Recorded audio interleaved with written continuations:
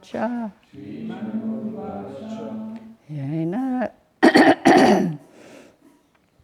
Yena Chatayate Vishvam Vishvam Chatayate Nayam Yo Jagati Shayanismin Nayam Tam Veda Vedasa Shrimanu Vacha Shrimanu Vacha Yena Chatayate Vishvam Vishvam Chatayate Nayam Yo Jagati Shayanismin Nayam Tam Veda Vedasa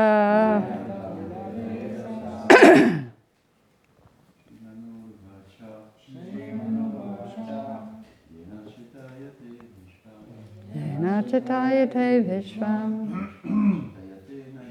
Vishvam Chatayate Nayam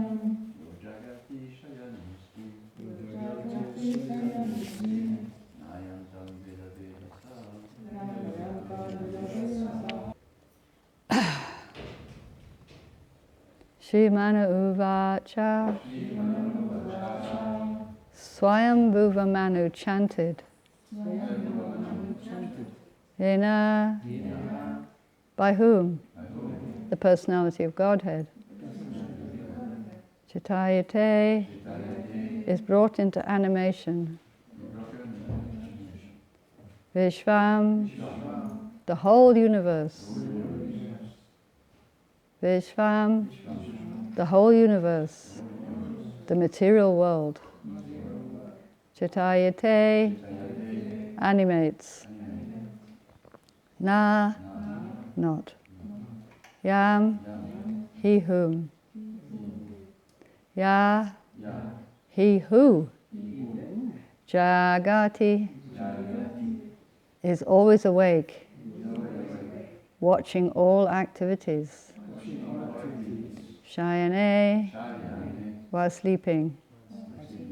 Asmin, in this body. Na, not. I am, this living entity. Tam, him. Veda, knows. Veda, knows. Sa, he.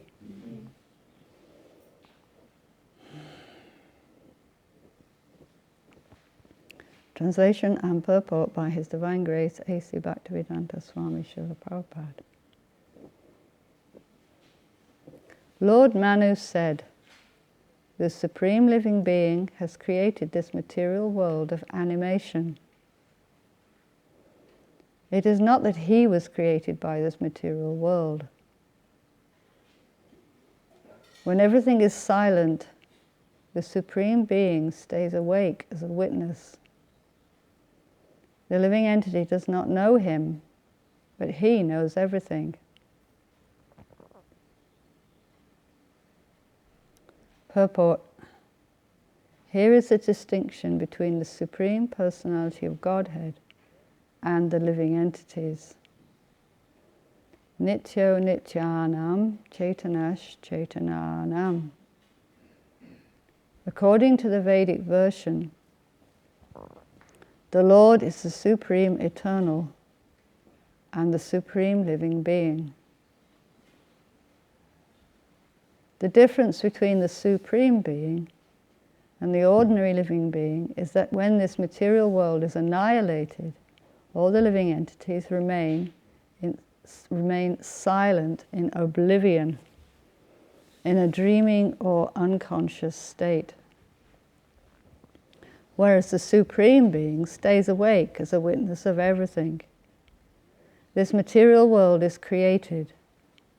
It stays for some time, and then it is annihilated. Throughout these changes, however, the Supreme Being remains awake. In the material condition of all living entities, there are 3 stages of dreaming. When the material world is awake and put in working order, this is a kind of dream, a waking dream. And when the living entities go to sleep, they dream again. And when unconscious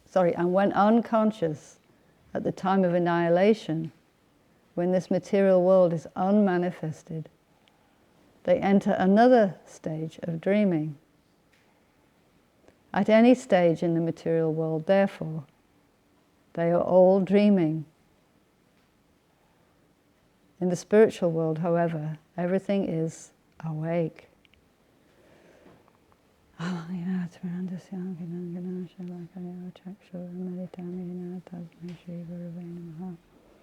Mokam karochi vachanam pangam tam te takripata maham vande shi tam. Om Shaddai Krishna Savale Samadhi Bhaktivikas Swamini Namane Om Shaddai Vale Samadhi Bhaktivikas Tanta Swamini Namane Namaste Saraswati Charane Vasesha Sanyavadi Bhajati Vishtane Vanchakalpa Trubhischa Kripisindhuya Vichapatitanam Bhuvanyo Vishwamanam. So Prabhupada is explaining that the material world is a dream. It's actually a dream of Mahavishnu. So we come into the material world and we're also dreaming of so many things. So this is an analogy to help us understand the actual situation. That the material world is a dream and the spiritual world is awake. It's a reality.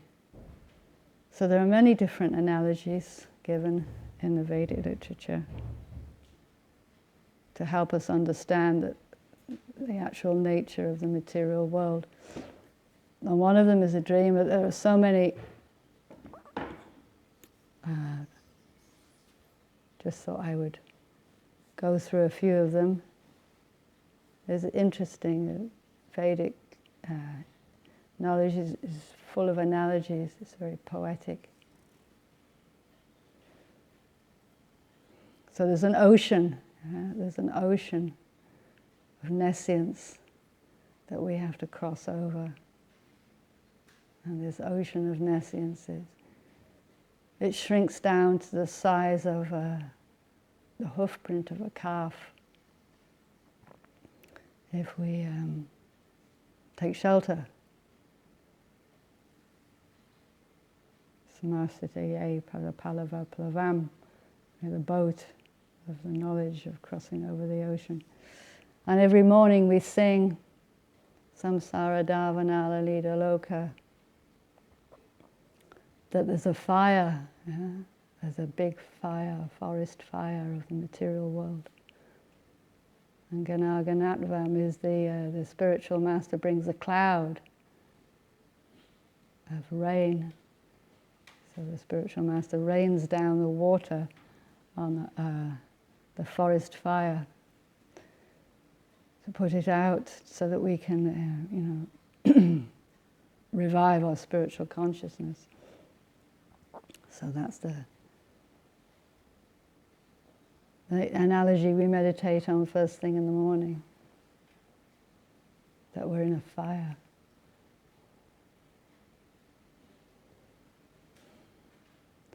And then Prabhupada often uses the analogy of a prison. The material world is a prison. Any state, government, they take care of the people. There's hospitals and schools and so many places, but they always also provide a prison for the people who don't want to follow the laws. They will build a prison because they know they're always going to have customers for the prison. So similarly, when the cosmos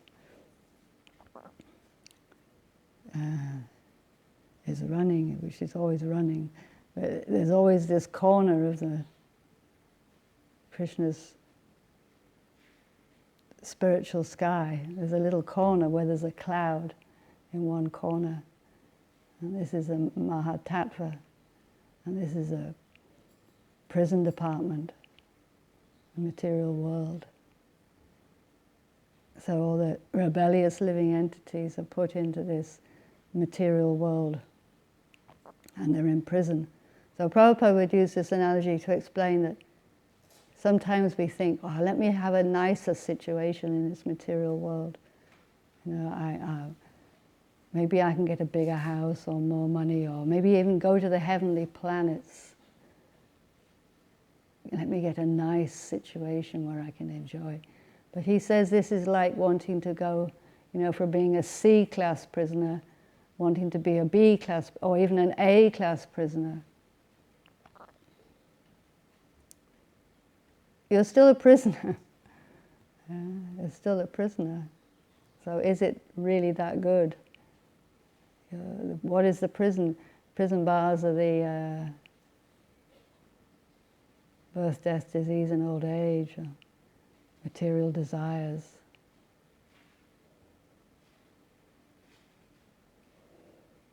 So if we recognize the material world as a prison, then we think, well, let me get out. How can I get out? Daivihi ashaguna amayi, mama maya duratyaya, mama viye prapajante, maya amitam tarantite. So you surrender unto Krishna.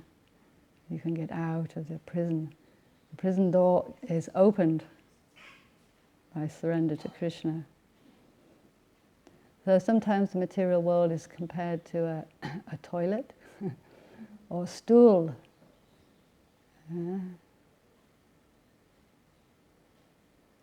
So everybody has to visit the toilet,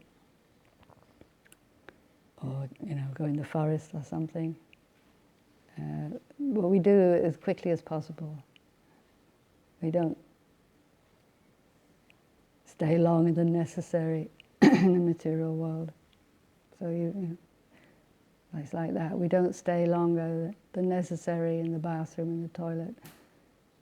So like that, we should just, Prabhupada says, do the business and get out. Get out of the material world.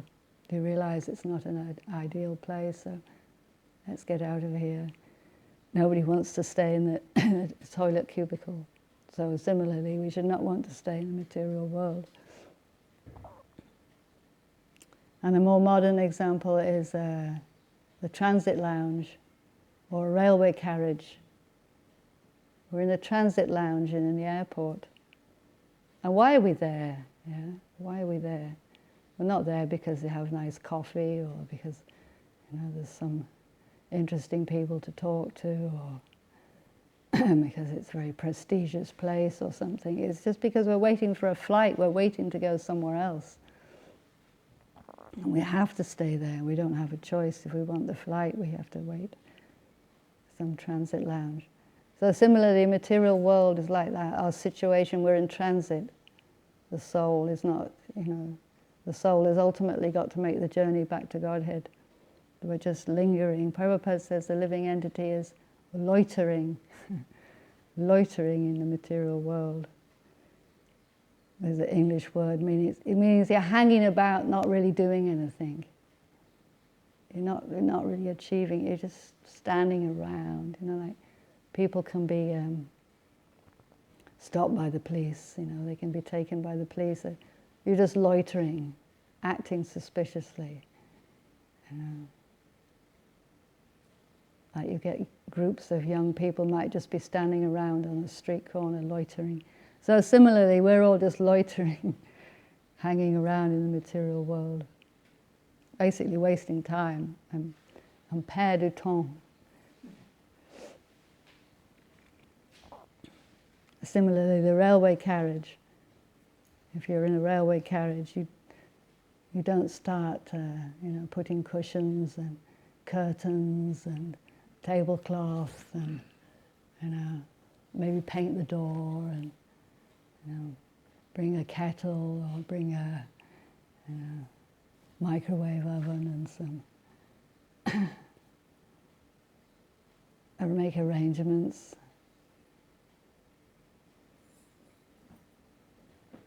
For a more comfortable situation. It's just a railway carriage, and the journey, even if you have one of these journeys that you make in India and has 12 hours or something, even still it's not worth it. It's not worth the effort to make a big arrangement.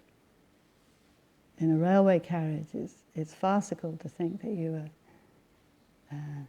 it's a permanent situation. So in the material world also, you can see the analogy. We should not think that we should put any energy into making a situation. Whatever Krishna will provide a situation.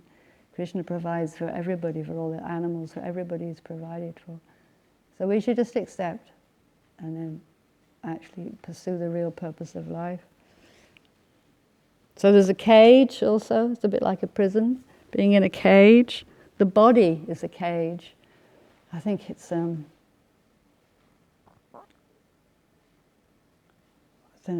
Pingala, the prostitute. I think it's in the 11th canto. She describes the body like that. She describes it as a house. All the bones and everything, the structure of the house, but it's a cage, and there's a bird in the cage that needs to be fed, which is the soul. So if you don't feed the bird dies. They used to do an amusing play, about the bird in the cage. The idea is if you just take care of the cage, not the bird, you have to, the soul will suffer, you'll suffer. The body will be nicely taken care of, but the soul will be lost. The soul will go down in the species. This is like the bird dying. He dies to his human consciousness is lost. And then there's a movie. There's a movie. The material world is a movie also. It's the who's the star of the movie? Me. Moi-même, I am the star.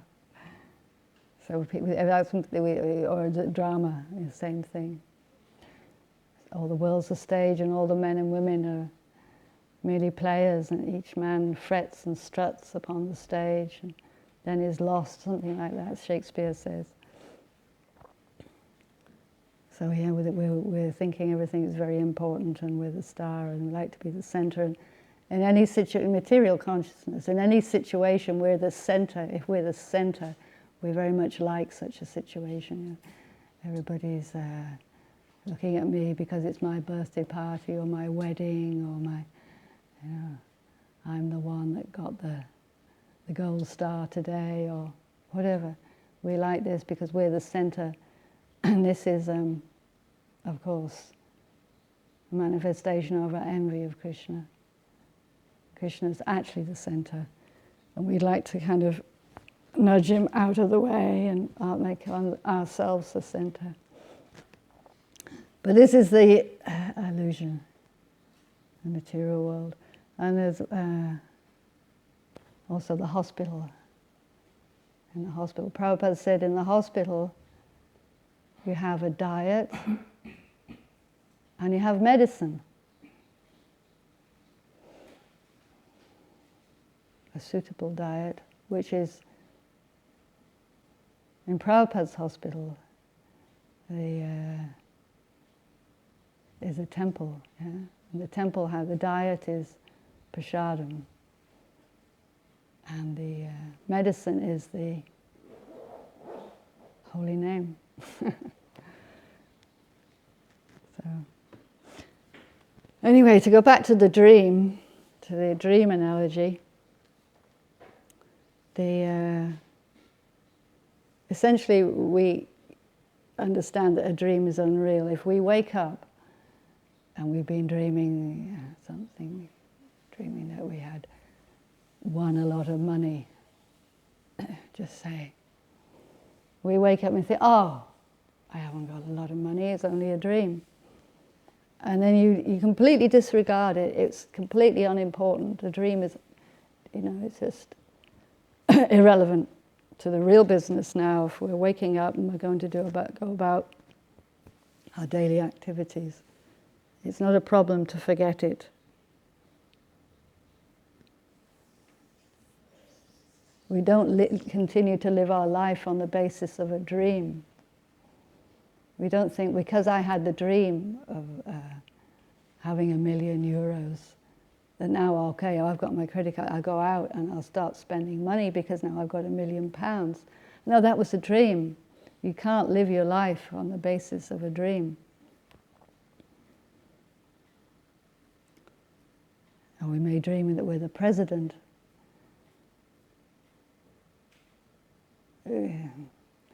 You can't go around then acting as if you're the president, walking into the presidential palace or into his car or the government house or whatever, on the basis of your dream. It would just be madness. Everybody would say this is just, complete foolishness. But if we live our lives on the basis of a dream, the dream that we're the enjoyer, or that we're the center, or that we are here permanently and we have to make a permanent arrangement and put all our energy, all our time and consciousness into pursuing what's actually a dream. There's also madness. It's also just as mad to pursue the material goals. So similarly, we have to understand it's a dream, and so I have to actually focus on the reality, and the reality is that I'm a servant of Krishna. And that's my real business.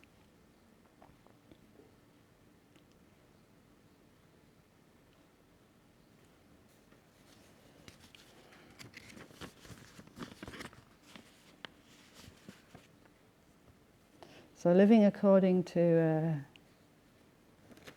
spiritual reality that's what the Vaishnavas and genuinely God-conscious people do. They live in another dimension. So Sanisha Sarva Bhutanam. They live in another dimension of reality. It's like the difference between the day and night. In the Bhagavad Gita, there's one verse that says that the time of awakening for the introspective sage is like the night for ordinary men. And vice versa. What ordinary people are doing is like nighttime for a devotee. He sees that this is just madness, it's a dream, it's a complete darkness to be absorbed in the material world. And people who are absorbed in the material world, they look at the devotees that go on Harinam or something like this, and they're crazy guys, they're completely wasting their time. They could be enjoying, they could be sitting in the bar with us, they could be making money, and they're just running around in these weird clothes, singing these weird songs. What a waste of time. They should be locked up. Something like that they'll think, They look at you and they go, sometimes they go like, in Ireland they'd say, get a life. Would you not get a life? It means, just do something sensible, Sorry? Get a job. Well, it's hard to get a job now, but yeah, get a job. Get a life now.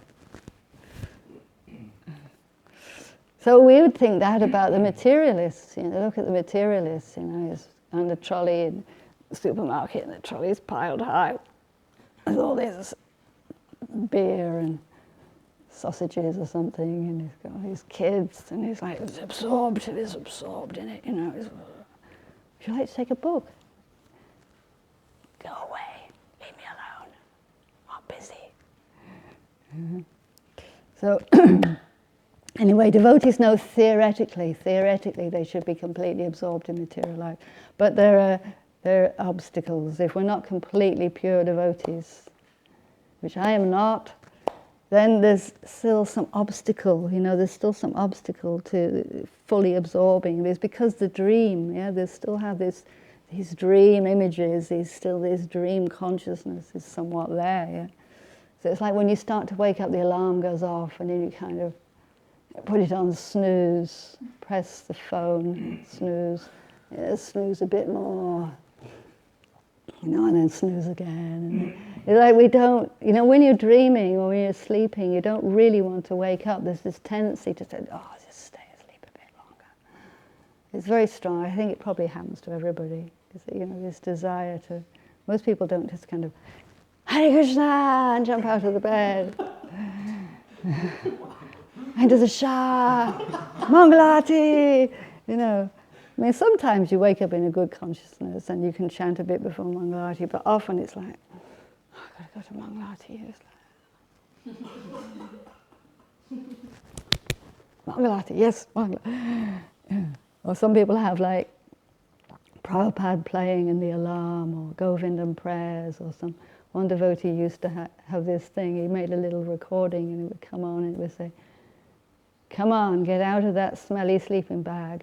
Come on, get up. You get up and serve Krishna. Come on, you've had enough rest. And he would listen to this, oh no, yes, it's true, yes.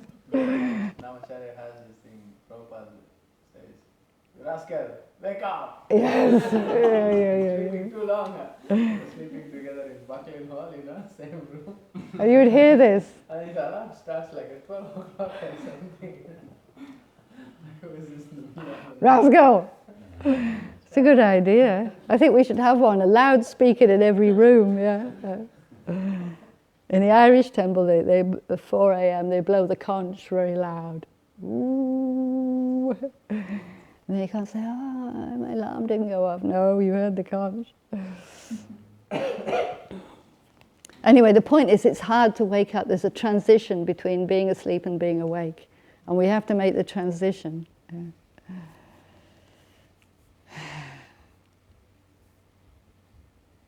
So this is our free will. We have a free will. It just, in the analogy again. But if you have the free will to switch off the alarm and just go back to sleep for a few hours and just ignore everything, we have the free will to get up and start doing our duties. So this is our minute free will in the material world. We have our free will whether to pursue spiritual consciousness or not. We do have that little bit of free will. Material world, and a large part, it runs automatically. The body runs automatically, and nature seems, it runs automatically from our viewpoint. But we have that free will of how we're going to use this facility, this body, because otherwise, why are there so many instructions in the Shastra? There's so many things. Do this and don't do that. Go here and don't do that. Don't go there. Find a spiritual master and follow what he says. And there are so many instructions. These instructions wouldn't be there unless we had free will to follow them or not. All these indications as to what we should actually do with our human life. It means we have a choice and we can use it. We can make the right choice or the wrong choice. I remember one devotee, when I was a very young devotee, she told me, she said, Krishna consciousness is a long, long series of crossroads. You see, at every crossroad there's a decision which way to go. So at every moment you've got a decision. Will I go to Krishna or to Maya, to Krishna, to Maya? And it just goes on like that. You just keep choosing Krishna, she said. Just keep choosing Krishna. I said, oh, that sounds quite easy. Let's do that.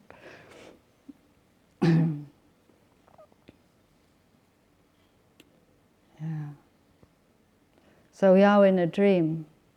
So the dream seems real. The material. Go back to the material world again. It seems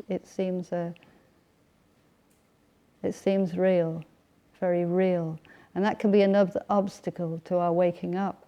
because we're dreaming, and the dream is very real. We have these tangible experiences. Like we have, a family, or we have a house, or we go shopping, or we have certain experience with our body, or somebody else's body, or it's like it seems, immediately, accessible. Something is happening. But similarly, in dreams, we can have, if we actually are dreaming, asleep and dreaming, we have very tangible experiences in dreams. So it doesn't mean that because something seems very real, that it is ultimately real. It's described in the Shastra as asat. So the material world and material experiences, like the Olympic Games, or, the virus epidemic, pandemic. It all seems very, very real. It's like it's on the news, It's important. But it's asat. That's what makes it unreal. It's temporary. It's temporary. That's why it's not the ultimate reality, because it's temporary. It is a reality because it comes from Krishna. It's Krishna's energy. It has potency to affect us because we're a tiny jiva. We're affected by Krishna's potency. But it's not, we have to understand, it's not the ultimate perception. It's not the ultimate experience.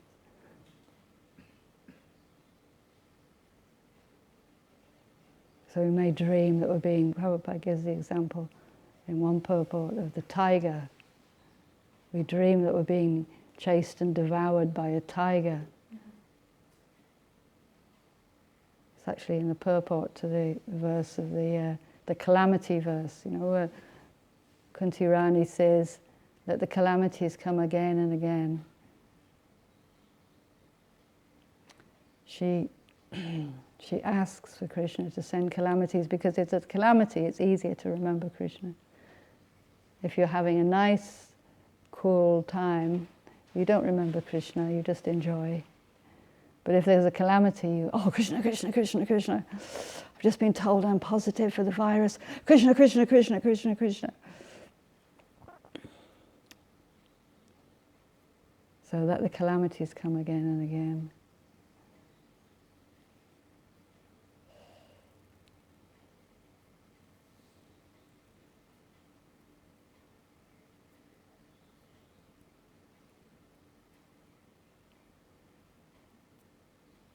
Well, there's a calamity. I've completely forgotten my train of thought.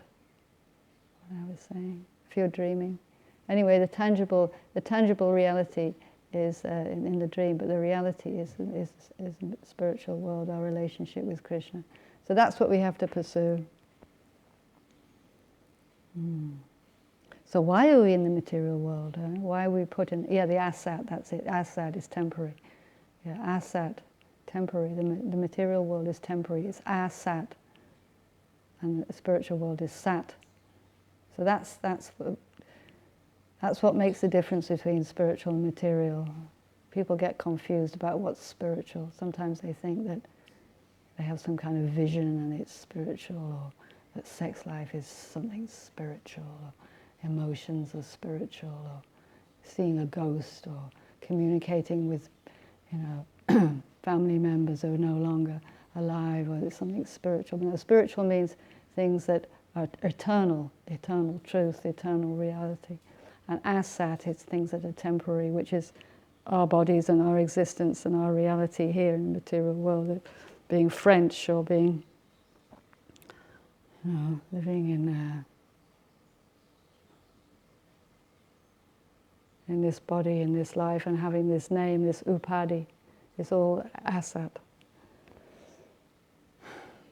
So why are we in the material world? It's because we rebelled against Krishna. And being in the material world is a punishment, actually. And if we identify with the material world, it's just a perpetuation of our punishment. It's just another phase of our, prison life. We're thinking it's very nice material world. I don't want to wake up. I don't want to serve Krishna. I don't want to be purified. Well, maybe I do a bit, but not that much. Probably I should want to be purified more, but it's a bit of a struggle. It's easier just to be a bit more laid back.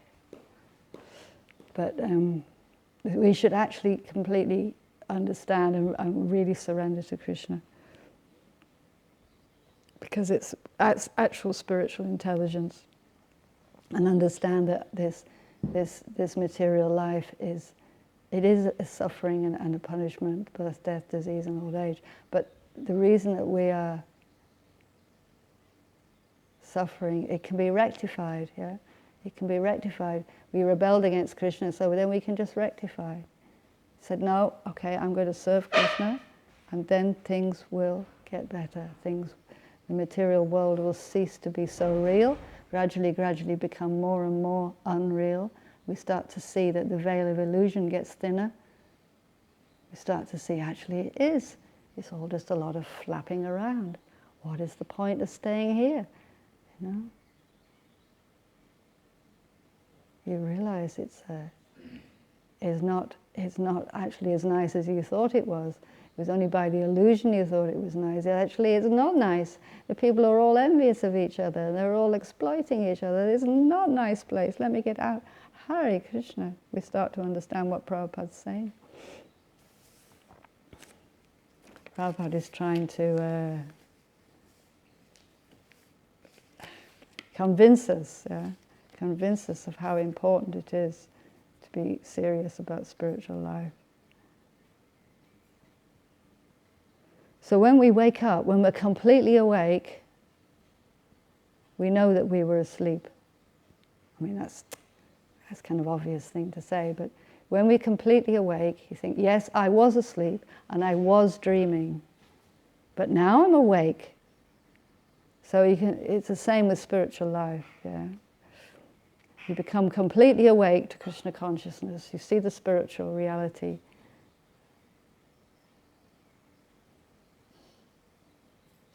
Trying to remember that shloka that says, and you see the self. You see the self and the master. Anyway, not very good at remembering these slokas. But you see yourself when you wake up. You see the real self, and you see Krishna, and you understand, material world is a dream, it's an illusion, and it's finished. It's finished, because when you completely wake up, you're no longer asleep, and the dream is finished. You don't take it seriously anymore. It's gone. Gone. It's just a dream. So like that, when you wake up spiritually, you think it's finished. No longer have to be that person. It's just an illusion. She's gone. I can step out, It's like you can unzip the material body and step out, into your spiritual identity. So that when you go back to Godhead, when you leave the material body, you don't even notice, You just go into spiritual consciousness. You don't even notice leaving. Because it's actually an illusion, the material world. The whole thing is an illusion, because the soul is never actually contaminated by matter. It's not possible. The soul is always pure and transcendental. It's never contaminated. But somehow the illusion, the soul identifies with the illusion, and then so many things happen. All unnecessary, actually. It's all unnecessary. We could just stay with Krishna. It would have saved all the bother of building e-cottages and so many things we have to do in this material world. So much endeavor. It all could be used for Krishna. Because now we are turning it round and we're using everything. We actually are doing that. Dovetailing everything in Krishna consciousness. But the best thing is to be pure devotee and just 100% surrendered to Krishna and in the spiritual world for the rest of forever. Okay. Hare Krishna. Je suis désolée, j'ai parlé en anglais, mais je ne peux pas parler français assez bien dans la classe.